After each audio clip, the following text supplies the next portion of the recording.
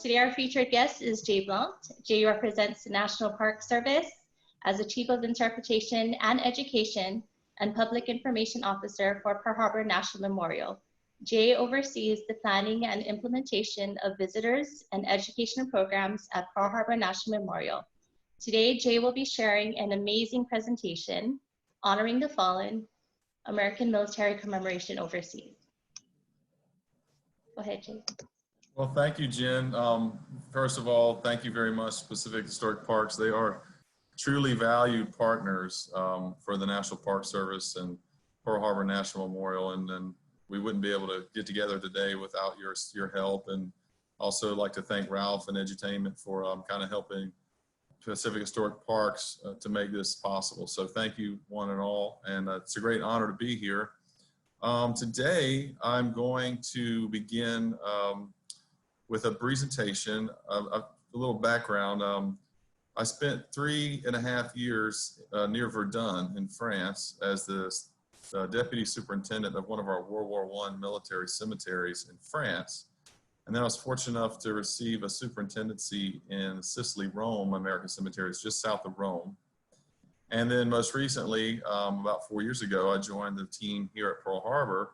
And like Jen noted, I'm the Chief of Interpretation at Pearl Harbor National Memorial. So the last 10 years, a little bit over the last 10 years, I've lived overseas outside of the continental United States, helping to commemorate America's fallen and to try to help share my passion for honoring these servicemen and women and those impacted by their service and sacrifice with a greater audience. And so today I thought what I would do is just take two of those sites, the Sicily-Rome American Cemetery, and of course here where I work currently, Pearl Harbor National Memorial, and give you guys a little behind the scenes tour.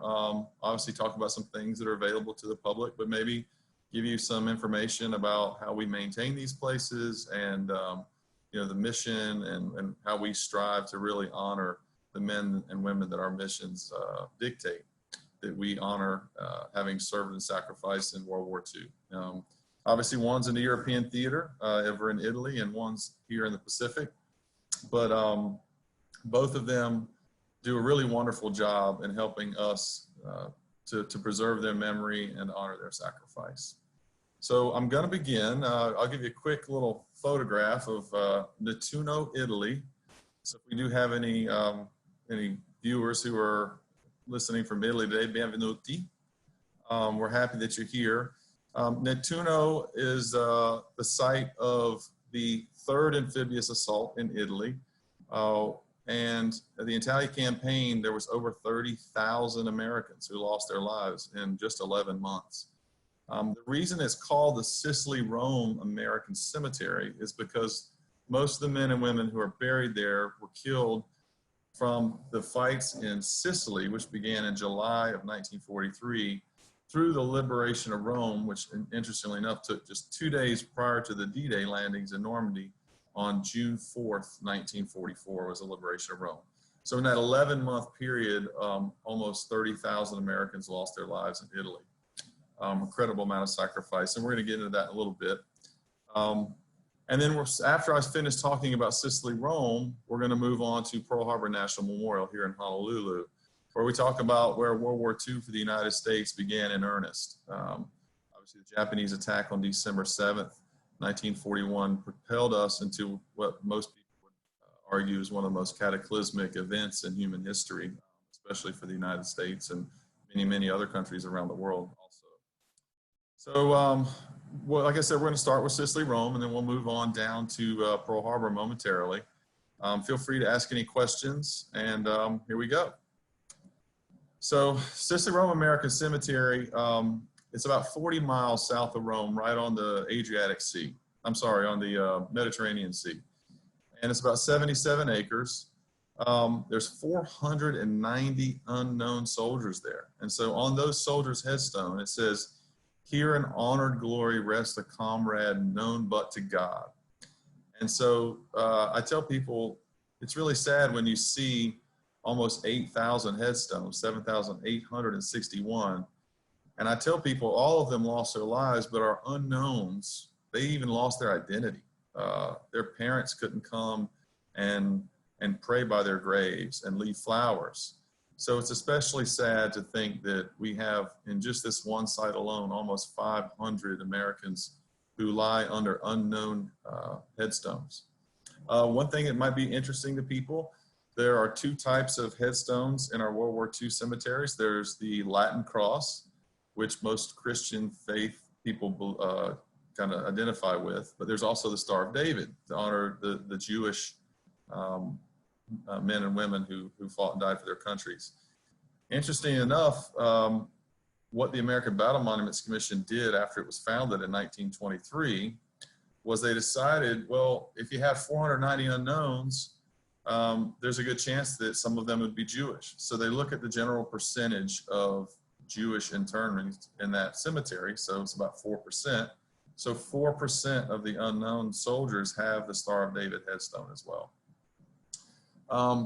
70% repatriation rate. Well, what's that mean? Well, you see there's 7,861 men and women buried there. And I mentioned earlier that there's over 30,000 killed. So following the war, World War I and World War II, American families were allowed to either have the remains of their loved ones repatriated back to the United States, or they could have them interred in the country where they lost their lives. And so about 70% of American families chose to have their loved ones returned to the United States. And so the 7,861 only represents a small percentage of the men and women who lost their lives in the Southern Italian campaign, as I said, from Sicily to Rome. There's 2 Medal of Honor recipients. Obviously, there was more Medal of Honor recipients in the Southern Italian campaign. Senator Inouye, who's a famous Hawaiian senator and one of my personal heroes. He fought and served and lost his arm in Italy, and he's a Medal of Honor recipient. Of course, he survived the war, but had he not survived the war, his family would have been given the same choice. But at Sicily-Rome, there are 2 Medal of Honor recipients, and they're some of our most visited people there at the cemetery. Here's just a quick overhead view of the cemetery. When you see the ocean off to the upper left part of your screen, that is where the amphibious assault took place. So it wasn't like they just decided to put the cemetery here. This was the location of some really heavy fighting, primarily from January 1944 to June 1944. And so this was a temporary cemetery. And so a lot of the cemeteries that stretch from Sicily all the way up to Rome, some of them had 1, 2, 4, 5 people in it. And when the war was over, they decided to co-locate them in one major site so that families could come and visit them within close proximity to a major travel station, which was in Rome. And so this site, this temporary site in Nettuno, which used to be nothing but farmland, it was olive orchards and vineyards. And of course, you see how the city's grown up around it today, and it's one of the most iconic green spaces in that part of Italy. Let's continue on here. So we talked about the 7,861 headstones. Here at Pearl Harbor, as well as in the American Battle Monuments Commission sites all around the world, the United States government has chosen to use noble materials to honor the noble sacrifice that our soldiers and sailors and airmen and Marines make as they fight wars throughout the last century. So the American cemeteries here, like the wall of the shrine room on the Arizona Memorial, and the headstones are made out of Lassa and Carrara marble. These specific headstones are made out of Lassa marble, which is a region in Italy, and they're very expensive. And the theory was, you know, the sacrifice that these men and women made was worth honoring it with very noble materials. You notice the ability to read the name Charles Haynes. That is sand from the beach in Nettuno. So where the soldiers actually set foot when they stormed the beach in Nettuno in January '44, we rub that in the inscriptions so that the name pops out and we can take photos and share them with the family members. So this is a Medal of Honor recipient, Sylvester Anilak. You can look, all Medal of Honor recipient citations for the most part are online if you want to learn what it was that an individual soldier did to earn the Medal of Honor. Obviously, Sergeant Anilak earned the Medal of Honor posthumously. So he was awarded this after his death. And, you know, I think this is a really powerful photo for me because you see, you know, 8 human beings standing behind a headstone of someone, and they're happy. And you say, well, why is that? Well, these folks are from Ohio, and they were immensely proud that someone from their state, and actually they knew the city he was from was not far from where they came from. They were immensely proud that he had performed so courageously in battle and was honored, if you notice the difference between his headstone and some of the others in the photo, by having 24 karat gold leafing in the inscription to honor his heroism and his courage under fire. You can always, like I said, look up Sylvester Anilak's Medal of Honor citation. It's pretty incredible. So the memorial at Sicily-Rome is composed of several things. In this one building that you see, there's the chapel, which is on the left, the wall of the missing, which is in the chapel. The map room is on the right, and if you look, there's 2 individuals in a sculpture. Those are called the Brothers of Arms. We'll come back and talk about them. And then the Remembrance and Resurrection sculpture. The Remembrance and Resurrection sculptures you can see on the facade on either side of the entrance to the memorial. One thing I like to point out, resurrection, if it's maybe hard for you to see, but it's a lifeless soldier's body being carried skyward toward heaven by an angel. And on the left, you see an angel placing a crown of laurel over the headstones in the American cemetery surrounded by poppy flowers. A lot of you know that the poppy flower, especially in the UK, is used as a symbol of military commemoration. Actually started as a Civil War tradition here in the United States. And this is really powerful for me. The cannon fire and the explosions and the gunpowder and the muskets, that gunpowder was made of nitrogen and phosphorus. And those are 2 of the components of fertilizer.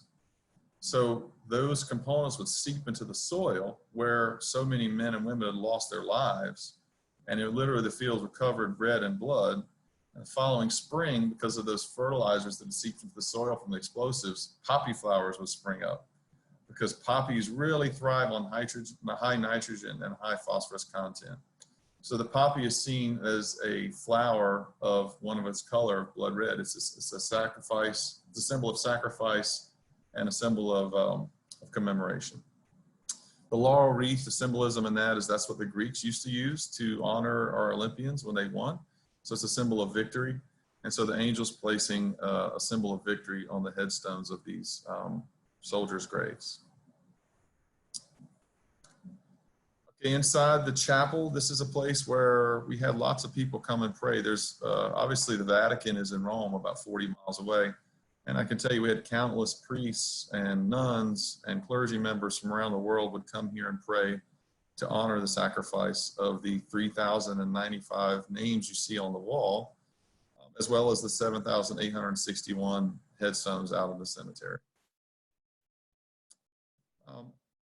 On the left, you'll notice a father and his daughter who had come from New Jersey, and they had finally been able to come and visit the inscription that honored the sacrifice of her great uncle and his uncle. So they had spent years planning to come and see and touch his name on that wall. And that wall, like I said, just in the Southern Italian campaign, there's 3,095 missing in action. So all of those who are missing in action have their name inscribed on the cemetery wall there in Nettuno. Every now and then you'll see a little bronze rosette next to the name, and that signifies that later, after the wall was built, the remains of that service member were recovered, and notes that they're no longer missing, but they were for a long time, so their name still remains on the wall of missing. On the right, this is a sunrise service where this gentleman had come in and he read aloud, one by one, the 3,095 names that are on the wall of missing from that red book. And we rang the bell that one of my colleagues is holding to honor that individual person. It took him almost an 8-hour day to be able to do that. But it just goes to show you how important this sacrifice is even today, over 75 years later. The map room, these are hand-painted maps that show the campaign in southern Italy. You got to remember, these sites were built in the 50s following the war, and there was no internet, and there was not the ability to use digital information to help people learn about the campaign. So these beautiful frescoes and paintings were made to help people have a better understanding of what happened in Italy that led to the loss of so many people. The Brothers in Arms statue is one of the key features at the cemetery. It's one of my personal favorites. I invite you guys to take a look, and it's kind of hard probably, but you might notice some small differences. The dog tags, for example, are different. It's hard to see from the olive tree, obviously, which represents peace, but it's hard to see, but the back pockets are slightly different of these two individuals. And the reason is that one of them is wearing a Navy uniform, one of them is wearing an Army uniform. And they're called the Brothers in Arms because in the Southern Italian campaign, there was 3 amphibious assaults. One in Sicily, obviously one in Nettuno and Anzio, which I mentioned earlier, and a third one in Salerno. So those 3 amphibious assaults, if it weren't for the collaboration between the United States Army and the United States Navy, none of those assaults would have been made possible. And many of them were, almost repulsed by the Nazi forces. But fortunately, all 3 managed to achieve their ultimate objectives. And this statue is a reflection of how the Navy and the Army came together despite the many cultural differences and the difference in their trades to help end tyranny in southern Italy in the 1940s. So this is a quick little photo of the entrance to the Visitor Center Museum. Much like the National Park Service does and builds museums and things for our visitors to understand better the places that we represent, the American Battle Monuments Commission realized that, these places are conforming from places of sorrow and places of mourning to national icons. These are places where people can go to learn about their nation's proud history and service to freedom. So this visitor center was built only about 5 years ago. Inside, you'll find all kinds of displays.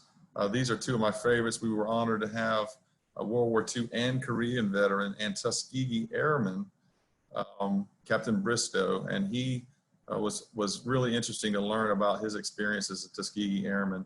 Those of you who don't know, the Tuskegee Airmen was a group of African Americans who were trained to be pilots in Tuskegee, Alabama, and they were fighter escorts for a lot of the bombers that flew from Italy and bombed Nazi forces throughout more northern areas in Europe.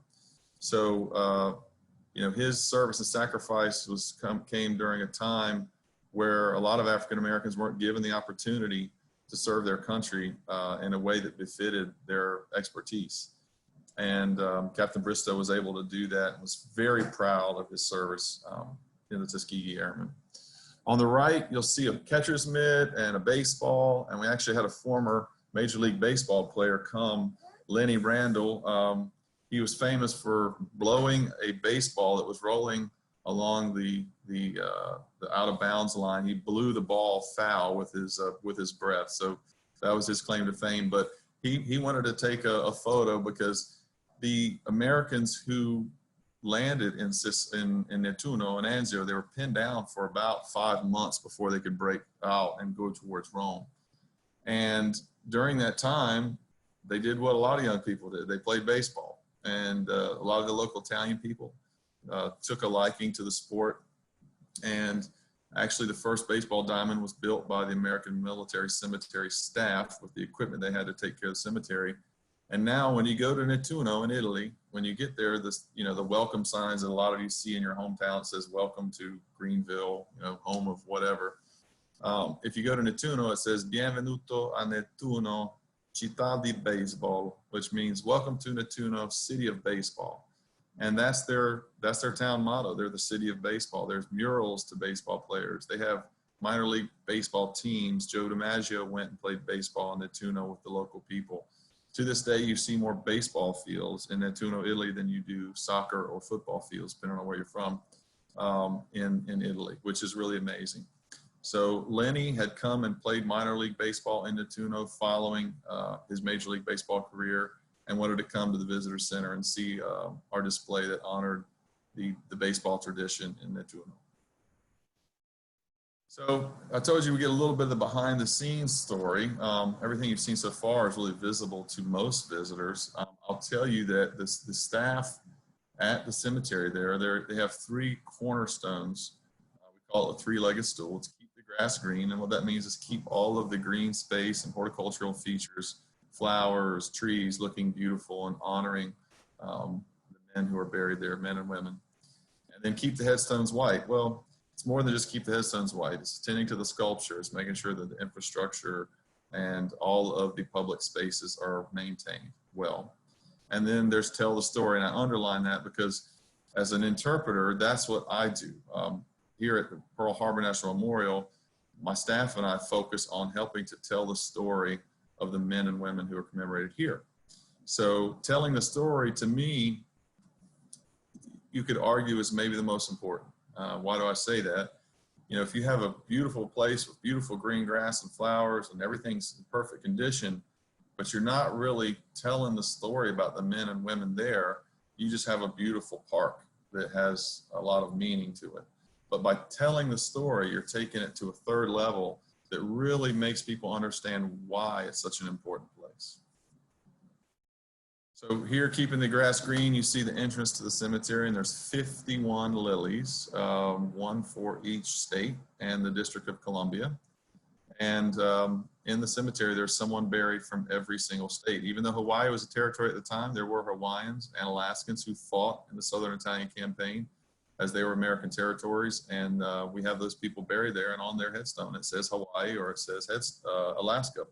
Just like the home of record for all of those people, wherever they were from, is listed on their headstone. Keeping the grass green, here you see the staff there at the cemetery working hard to make the place as beautiful and honorable as it can be. One thing that's worth noting is the entire staff, with the exception of the superintendent and the assistant superintendent in these sites, they're local nationals, which means they're from the country, whether it be Belgium or Italy or France or Tunisia, the Netherlands, Panama, Mexico, the Philippines. In those countries, the workforce is provided by the local people. And it's really neat to think that the governments of these countries do not charge any kind of tax for any material or product that are purchased in those countries, because they don't want their taxes to benefit from the commemoration of men and women who gave their lives to help restore liberty to their countries. This is Enrico, super guy. He's our mason, and he's replacing a headstone that was hit by a falling tree branch. And of course, another Lhasa headstone. Here you see Enrico on the left after he's just completed another gold leafing on the entrance to show you know, the level of commitment that people have to the men and women that are buried there. And on the right, you can see him replacing the halyard. That flagpole is 90 feet tall, so when the halyard has to be replaced, it's a pretty big endeavor. And now back to telling the story. Here we have some Boy Scouts who were sons, and you know, a lot of times we have Girl Scouts come as well. So sons and daughters of Americans living in Italy. They have scout troops there. And every Memorial Day, they would come and actually camp out in a separate area of the cemetery where it wasn't actually in the cemetery itself. And they would help place over 15,000 flags next to each headstone, because you got an American flag and the host nation flag, in this case being Italy. So these kids would come out as a service project and put in 15,000 flags prior to the Memorial Day ceremony every year. And then we talk about local and international student outreach initiatives. You know, you saw the high school students or the college students from Ohio next to Sergeant Adilak's headstone. Here you see some local people who've come out. Every January, the local community of Nettuno sends hundreds and hundreds of their students out to honor the landings in Nettuno, which liberated their city. So here you see local Italian people in both of these photos who've come out in school groups to honor the men who gave their lives in their hometown. Interpretation of the resource. This is where we tell the story by going out, engaging with visitors, and helping them to better understand. You see Sergeant Anilak's headstone on the left, and you can see a photo.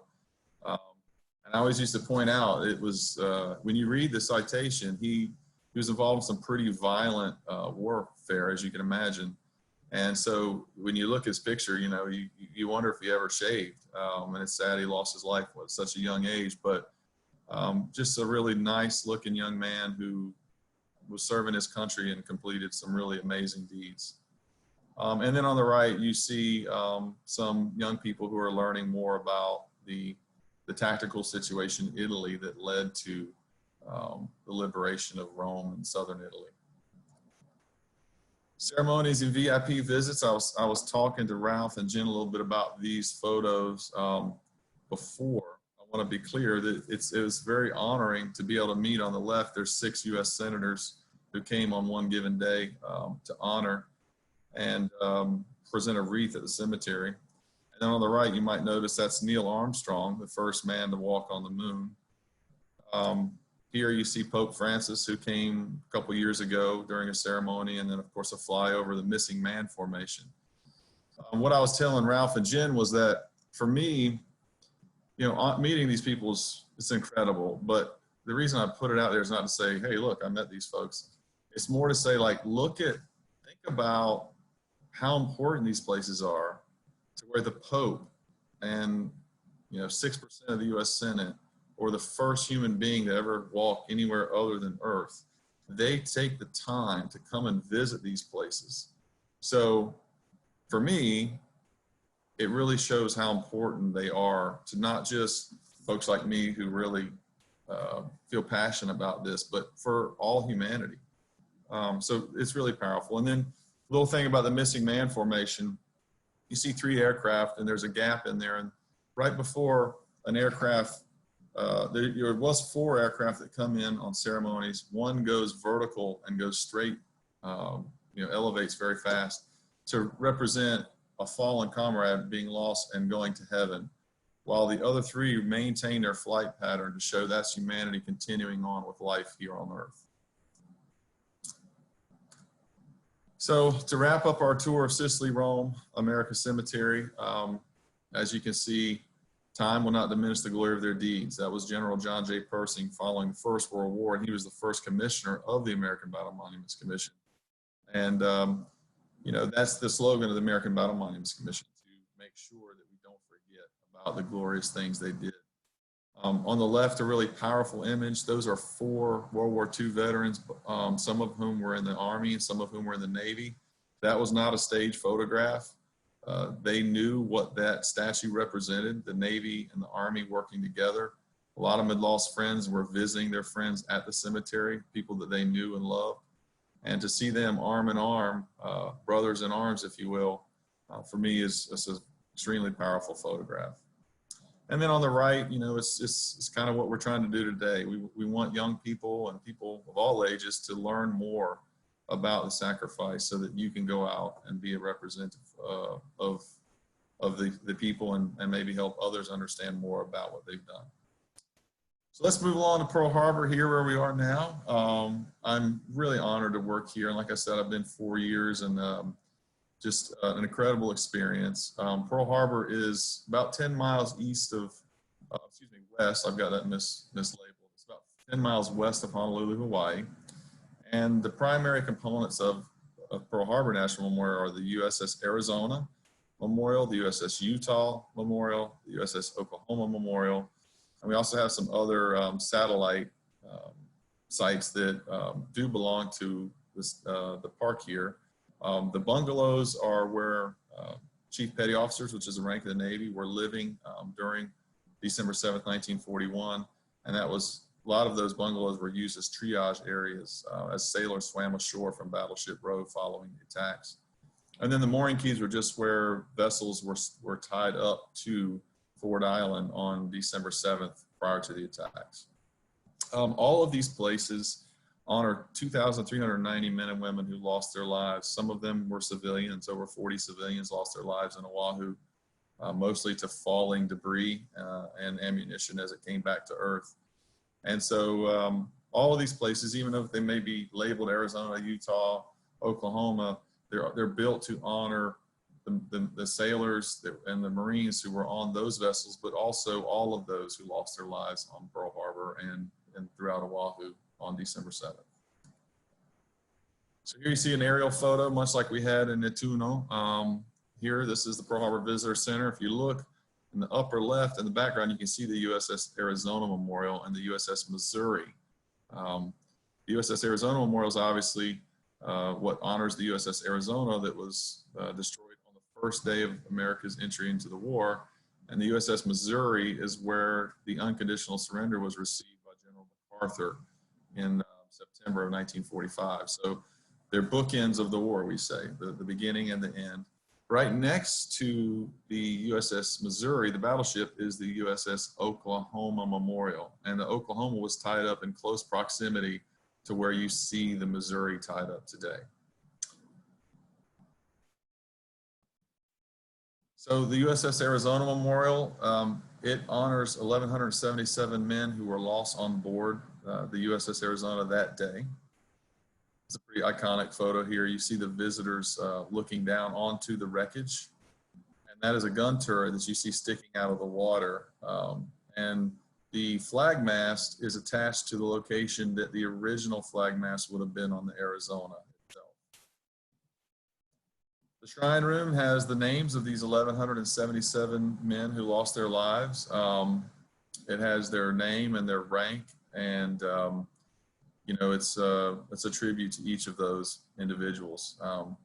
We have several dozen of whom are brothers with each other, and we even have a father and a son. Their last name's Free. It's almost a little bit ironic that the last name Free represents a father and his son who both lost their lives on December 7th on the Arizona. The Tree of Life is a sculpture that's carved into both sides of the Shrine Room. Not only does it allow natural light into the Shrine Room, but it's a symbolic of renewal and peace. And part of our mission here at Pearl Harbor National Memorial is to foster peace and reconciliation. And I'm always proud to say, you know, if you think about the United States and Japan and the challenges that they faced 78 years ago when they were flung into battle with each other, and today the United States and Japan are two of each other's greatest allies. So I tell people, for me, the Tree of Life is symbolic in that, you know, people can move past even the worst of differences and pursue peace and reconciliation with each other. And I'll tell my kids about that. You know, I talk about, can you imagine a world where some of the American adversaries that we see are adversaries for other countries around the world, a day when they can come together and be allies, much like the United States and Japan are. It's very uplifting to think about that. Moving on to the USS Oklahoma Memorial, we have over, like I said, near where the battleship Missouri is docked today, there's 429 names that are honored, and all of those were lost on the Oklahoma on December 7th, 1941. Sadly, the Oklahoma capsized, and several of those men died in subsequent days as they couldn't be rescued. You notice that the names on the right, you'll see the individual pillars with the names of the sailors and Marines who did not survive the Oklahoma's capsizing. And the reason, the symbology that was used to create the Oklahoma Memorial and those pillars, it has to do with manning the rails. It's a Navy tradition that dates back centuries, where sailors would line the rails of sailing ships to honor different people. It could be people in the shipyard who had helped them repair their vessel.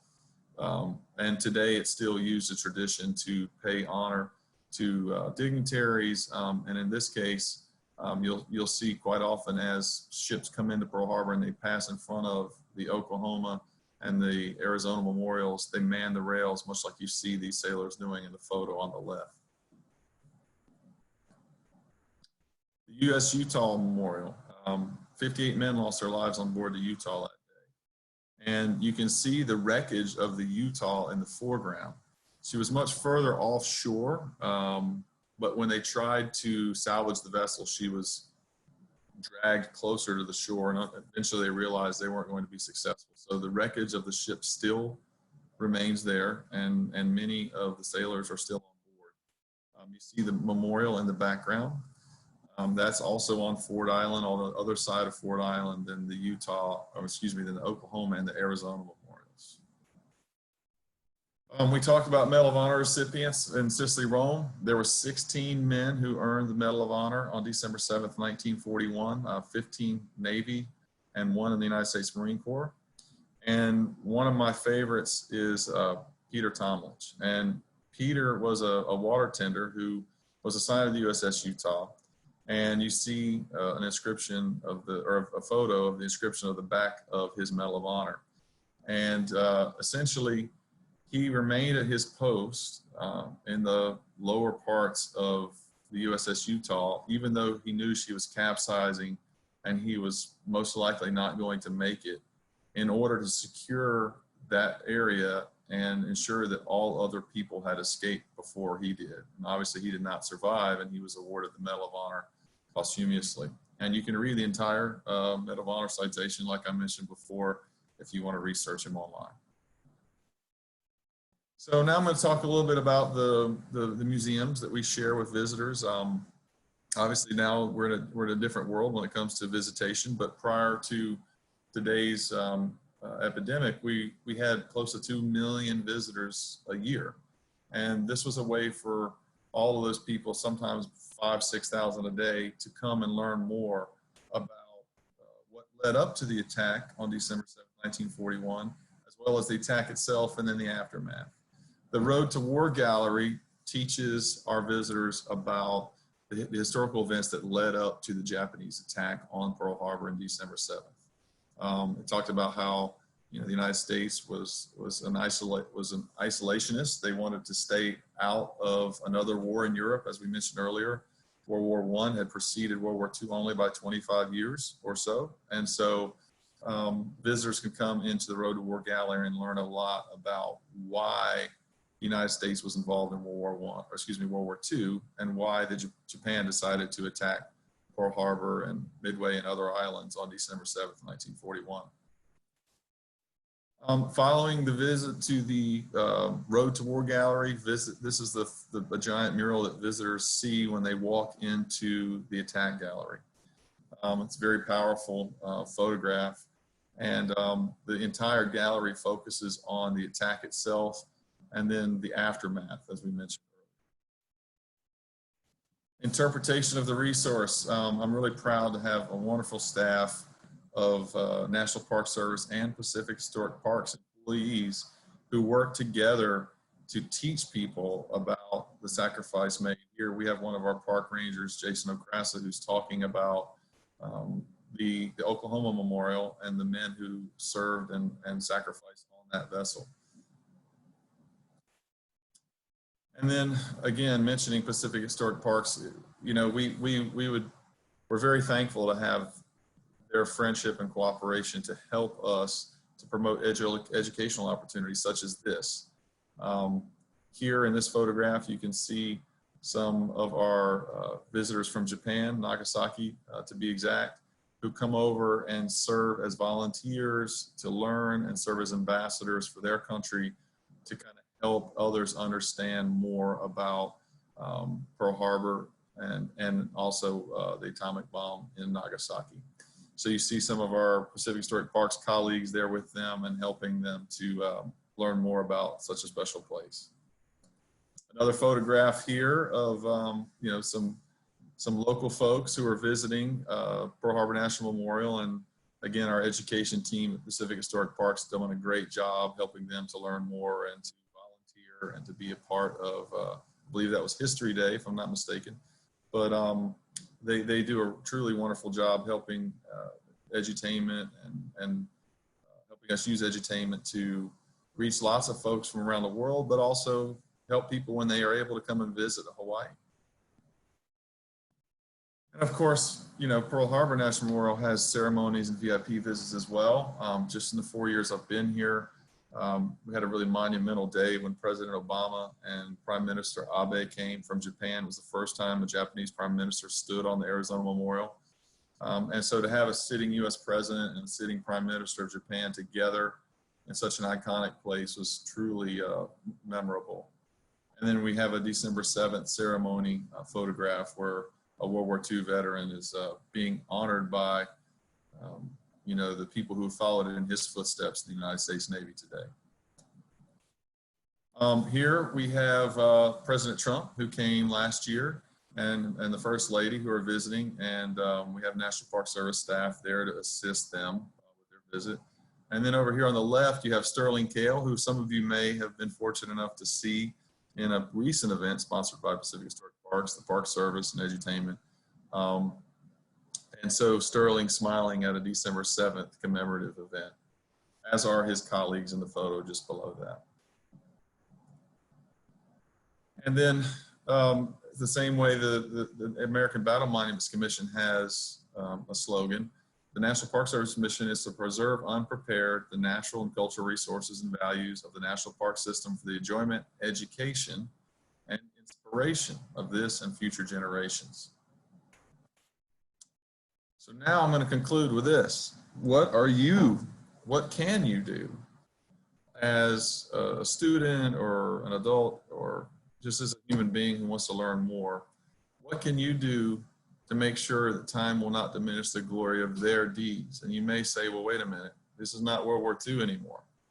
You know, we all have the ability to learn more about people in our countries who have served, whether it be first responders, whether it be doctors or nurses, people who serve other human beings. And, you know, clergy members, soldiers, teachers, physicians, people in the medical field are all great examples of people who have dedicated their lives to service and helping other people.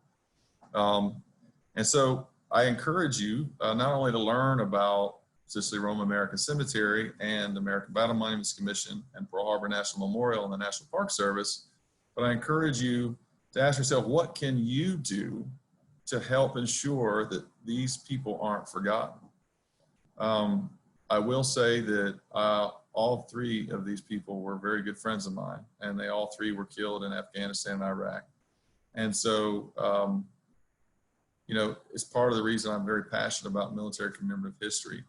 But I'm just one voice. You know, all of you out there have the ability to go down to your local Veterans Affairs office or get on the internet, and it doesn't have to be an American service member. It could be someone in your own country. It could be a person who's not in the military. But try to take the time to learn more about someone who serves other people and see what you can do to help honor their service, whether they're alive or whether they've passed on. And if you can do that, then I will consider today's time spent with you a great success. So now I'm ready for any questions if you guys have some. All right, and thank you again, Jay, for that awesome presentation. We have some questions, and now Amanda asked kind of a technical question that clearly had to do with your wheelhouse. So I'll call on her first. Go ahead, Amanda, and ask your question. Hey, Jay. I'm just wondering if any plans from the DPAA are made to uncover the lost and unknown from Sicily campaign, like they did with the USS Oklahoma remains. Well, thank you for your question. It's a wonderful question, and the answer is absolutely. In fact, prior to coming out to Honolulu, one of the last initiatives I was working on was the identification and potential repatriation of an American service member in Italy. So they're actively involved with the American Battle Monuments Commission and with the National Park Service, with the VA and lots of other government organizations that serve the American commemorative mission. The Oklahoma, I don't have the number off the top of my head, but literally hundreds and hundreds of those who were lost on the Oklahoma have been identified just in the last few years. When I say potential repatriation, once those people are identified, the family members are given the opportunity, just like those who were identified soon after their deaths, to have them repatriated to the United States. So the DPA is doing a wonderful job. They're located here in Honolulu, so we're fortunate to get to know them. individually, and I'm really proud of the work that they do. And yes, they do work in all of those sites. Sicily-Rome. I was actually in the Philippines several months ago, and I visited the American Military Cemetery in Manila, and they've actually dedicated a building that was previously used for something else to allow the DPAA to keep equipment and materials there to continue the recovery mission in the Philippines. Wow, that was really detailed. She's not going to stump you. I don't think there's going to be too many questions that they'll be able to stump you. We have Jaden, who's our friend from the north. And sorry, Jaden, can you hear us? Yeah. Okay, so Jaden, is my understanding that you speak French, right? Oui, je parle français. Oh, Jason, Jay, here you go. You speak French too. Give me a shot, Jaden. Go easy on me. Okay, I'll say it in English and French. I'll do it in French first. Ma question c'était, si un soldat qui s'est battu dans la campagne en Italie et puis a survécu, quand il meurt, est-ce qu'il peut demander de faire enterrer au cimetière avec ses troupes? If a soldier who fought in the Italian campaign passes and he wants to be buried with fellow comrades, can he? Because I know you can in Pearl Harbor. Well, that's a great question. Thank you for that. And it's a wonderful reminder that I need to brush up on my French. But no, wonderful question. So the answer is in ABMC is no. If those cemeteries, the only time there will be new burials in an ABMC cemetery is if someone's remains are recovered who were missing in action. So you notice the 3,095 names on the wall. Well, say they recover a downed aircraft and they identify the remains of those men and women who were on board. The families are given the choice if they want to have the remains repatriated, but if they choose to have them buried in Italy, they can do so, and there will be a new burial there, but they would have lost their life in the campaign. You did refer how they can do it in Pearl Harbor, and there is a tradition here where survivors who were on the USS, or excuse me, who were assigned to the USS Arizona on December 7th, 1941, those who survived that day, should they pass, they do have the option to have their ashes interred on the wreckage. And in the 4 years I've been here, I believe we've had 5 or 6 of those ceremonies. One as recent as this past December. So that is an option. And I know we do have another interment coming up. And so if you keep an eye on our Facebook page and website, we'll have more information. So if you'd like to see that interment live, then you can do that. Did that answer your question? Yeah, hang on. I will unmute our friend. Jaden, I'll unmute you, pal. Jaden. Yeah, that actually answered my question. Thank you very much. You're welcome. So that kind of brings us, a student asked me to ask the question on their behalf because they're having tech issues, but she wanted to know, this is from Malia, she wanted to know, with the quarantines and everything going on, and obviously Hawaii got hit too, do you guys ever go in to the memorial during the quarantines, or is it just no one goes there to like upkeep it? How does that work? Well, that's a great question. So we do have staff who are working from home like I am, and being that I'm in visitor services and public information, it makes sense that I can do that from home better than I can in a park that's closed. However, we do have law enforcement officials and maintenance employees who are working at the Pearl Harbor Visitor Center to make sure it stays safe, and to make sure that any urgent maintenance needs are dealt with. By no means are we going to lock the gate and walk away from such a special place unattended. So we do have people going in every day to make sure that it's secure and that the facilities are maintained, so that once we do receive more guidance on reopening procedures, we'll be in a position to do so more seamlessly. Thank you for that. And thank you for your service. We should all know that Jay here is a veteran. So yeah, we really appreciate your sacrifice, and we really appreciate you sharing your knowledge with us. So we have a question from Ignacio. Ignacio, you are unmuted. Hi. How many monuments like these ones are there around the world? Oh, that's a great question. And you have got me stumped, because we have to think it's not just American monuments. There's countless monuments around the world that honor their host nations' service members. And so I can tell you that in the American Battle Monuments Commission, there's 25 cemeteries. There's, I believe, if I do my math right, there's 11 in France, there's 3 in Belgium, there's 2 in England, 1 in Tunisia, there's 1 in the Netherlands, there's 2 in the Philippines, 1 in Mexico, 1 in Panama. So, you know, that number I can tell you is 25 American military cemeteries. The National Park Service is responsible for, obviously, Pearl Harbor National Memorial, but also a lot of Revolutionary War sites, Confederate War, the American Civil War, some of those sites, and other monuments and places of honor all around the United States. But, you know, every country, and having lived in France, I was always amazed at the impact that World War I had on that country. And you can't go to a village, I'm talking tiny villages, 20, 30 people. Every single village has a monument to honor the World War I and World War II fallen, because it had such a huge impact on that country. So there's countless, you know, tens if not hundreds of thousands of military memorials around the world. So we have a question from Christy. Christy, you should be unmuted in a second. Oh, there you go. Christy, what was your question? Do you work with people from around the world? Thank you, Christy. You know, that's one of the things I think is so cool about my job, is I get to meet people from all over the world.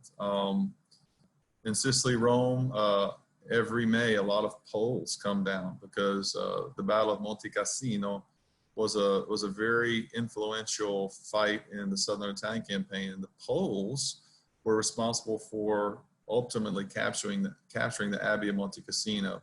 So every year I got to look forward to meeting new Polish friends and reconnecting with some ones that I've met in years past. Here at Pearl Harbor, it's no different. You know, we estimate that we have 15 to 20% of our visitation are from people who are outside of the United States. So I've been fortunate enough to meet folks from Japan and China and you know, Germany, all over the world, you name it. So it's a really great opportunity to meet new people and learn more about their culture. Thank you for that question. Yes, that was wonderful. That was an adorable question. So we have our final question, and it comes from Nancy. And I think it's a very poignant question to end our presentation on. Nancy, go ahead. You're unmuted. Thank you. I visited Pearl Harbor 3 years ago. It was one of the most memorable parts of my visit to Hawaii. I want to know how we can let people know that at the Pearl Harbor Memorial, there is so much more to see and learn than just visiting the USS Arizona Memorial. Well, that's a great question, Nancy. You know, it's funny because I'm very careful when I list the resources that are available to try and put them alphabetically, because a lot of focus, you're right, goes on the USS Arizona Memorial. It's one of the more iconic structures. In fact, I think I saw TripAdvisor had it ranked at 1 year as the 4th most iconic structure in the United States, behind the Statue of Liberty, the Golden Gate Bridge, and the Washington Mall. So people identify, they see that structure and they recognize it, even if they don't know much about history.